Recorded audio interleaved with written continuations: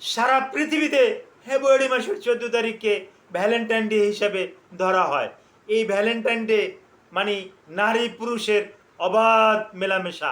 এখন অবাধ মেলামেশা নারী পুরুষরা করে, ঠিক আছে, তারা বেশ একটা প্রোটেকশন নিয়ে করে, বা বড় ধরনের কোনো একটা বিপদের আশঙ্কা থাকবে না এরকমের আগেভাগেই কিন্তু তারা একটা মানে চ্যালেঞ্জের মোকাবিলা আগেভাগেই কিন্তু করে নেয়।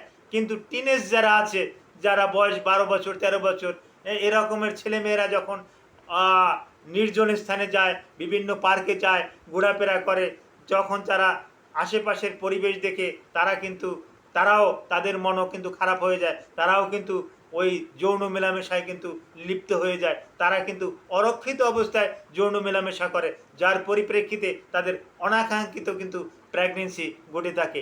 এই অনাকাঙ্ক্ষিত প্রেগনেন্সি ডে বাই ডে কিন্তু বৃদ্ধির কারণ কিন্তু Valentine Day. Thank you all.